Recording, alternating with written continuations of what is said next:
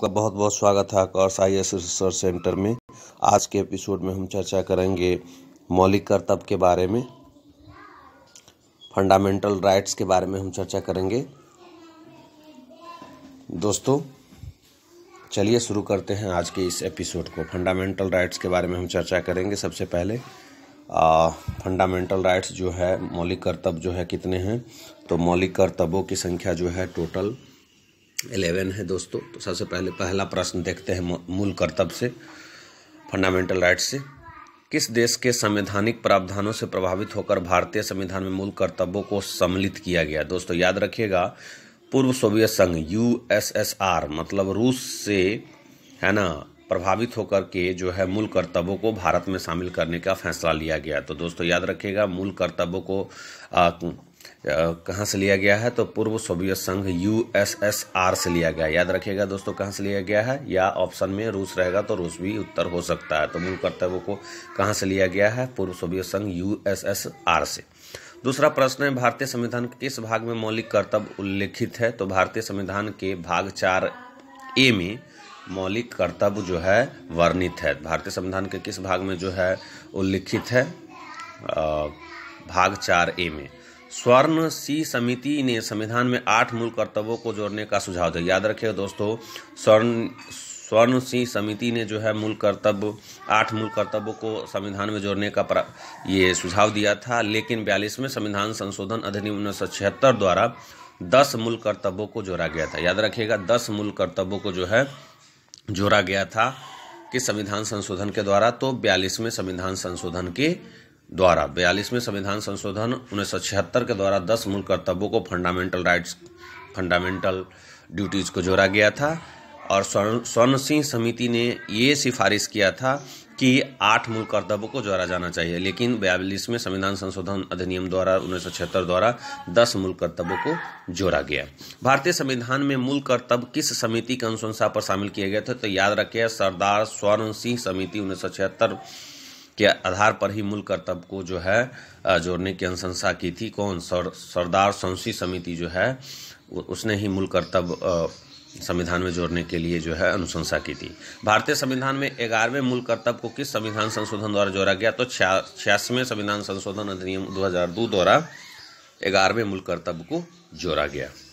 मूल कर्तव्यों को मुख्यतः किन 2 वर्गों में रखा जाता है? तो मूल कर्तव्यों को 2 वर्गों में हम रख सकते हैं, एक है नैतिक कर्तव्य और एक है नागरिक कर्तव्य। याद रखिएगा, मूल कर्तव्यों को कितने वर्गों में रखा जा सकता है? 2 वर्गों में रखा जा सकता है, एक है नैतिक कर्तव्य और दूसरा है नागरिक कर्तव्य। मूल कर्तव्यों के अंतर्गत स्वतंत्रता संग्राम के उच्च आदर्शों का सम्मान कौन सा कर्तव्य माना जाता है? तो नैतिक कर्तव्य। याद रखिए, मूल कर्तव्यों के अंतर्गत जो है स्वतंत्रता संग्राम के उच्च आदर्शों का सम्मान कौन सा कर्तव्य माना जाता है? तो मोरल ड्यूटी माना जाता है। बहुत महत्वपूर्ण प्रश्न है दोस्तों। प्राकृतिक पर्यावरण एवं वन्य जीव संरक्षण भारतीय नागरिकों के लिए मूल कर्तव्यों में से एक है। प्राकृतिक पर्यावरण और वन्य जीव संरक्षण जो है हम लोगों का जो है क्या है? मूल कर्तव्य है। हम पर्यावरण का संरक्षण करें, वन्य जीव का संरक्षण करें, ये भारतीयों का क्या है? एक मूल कर्तव्य है। प्राकृतिक पर्यावरण, नेचुरल एनवायरनमेंट या वन्य जीव का संरक्षण करना भारतीयों का क्या है? एक मूल कर्तव्य है। राष्ट्रीय महत्व के स्थानों और स्मारकों की रक्षा करना मौलिक कर्तव्य नहीं है। देखिए, राष्ट्रीय महत्व के जो स्थान है या स्मारक है उसको रक्षा करना मौलिक कर्तव्य नहीं है, बल्कि राज्य के नीति निर्देशकता टू टेल दैट DPSP का अंग है। याद रखें, राष्ट्रीय महत्व के स्थानों और स्मारकों की रक्षा करना क्या है?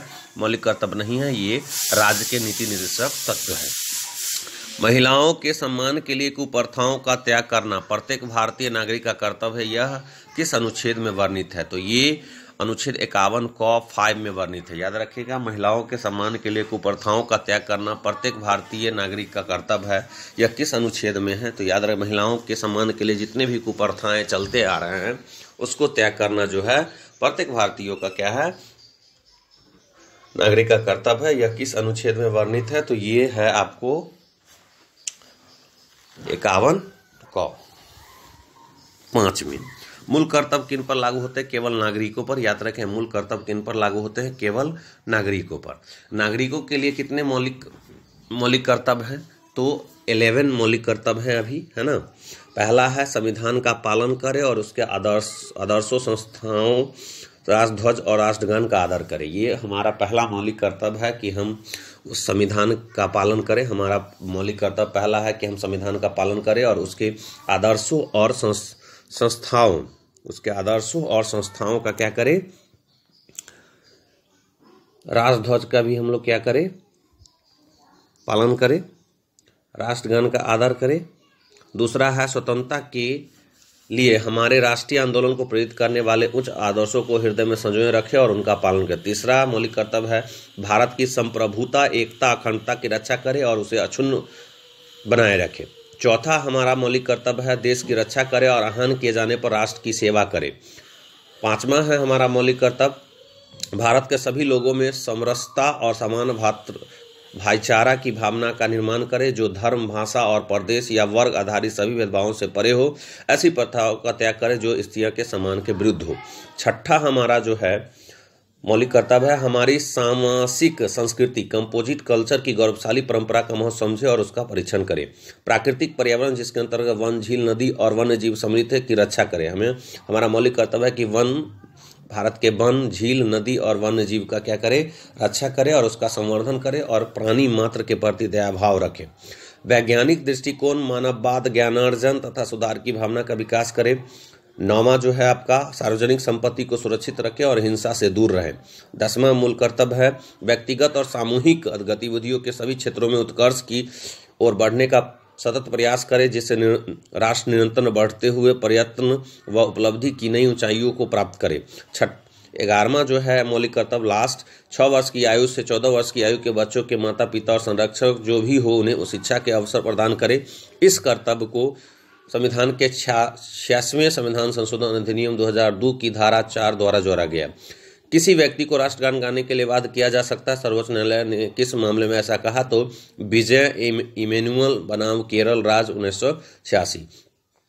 दोस्तों ये जो मौलिक कर्तव्य है बहुत महत्वपूर्ण टॉपिक है, यहाँ से प्रश्न पूछे जाते हैं। सर्वोच्च न्यायालय के मुख्य न्यायाधीश PN भगवती को जो है जनहित याचिका का जनक, फादर ऑफ PIL कहा जाता है। तो PIL का फादर किसे कहा जाता है, PN भगवती को। याद रखिए PN भगवती को जो फादर ऑफ PIL कहा जाता है, जनहित याचिका का जनक कहा जाता है। तो याद रखेगा मूल कर्तव्य कितने हैं, 11 मूल कर्तव्य हैं। और किस मूल कर्तव्य को संविधान में किस समिति के अनुशंसा पर जोड़ा गया, तो स्वयंसिंह समिति के। और स्वयंसिंह समिति 8 मूल कर्तव्य जोड़ने के लिए कहा गया था, लेकिन 42वें संविधान संशोधन 1976 द्वारा 10 मूल कर्तव्य को जोड़ा गया और एक मूल कर्तव्य जो है वो 2002 86वें संविधान संशोधन अधिनियम 2002 जो है जोड़ा गया था 11वां मूल कर्तव्य। तो याद रखिए मूल कर्तव्य 2 तरह के होते हैं, दो भागों में रखा गया है, नैतिक कर्तव्य और नागरिक कर्तव्य। और मूल कर्तव्य कहाँ से लिया गया है, तो पूर्व सोवियत संघ जो है USSR से लिया गया और भाग 4A में है।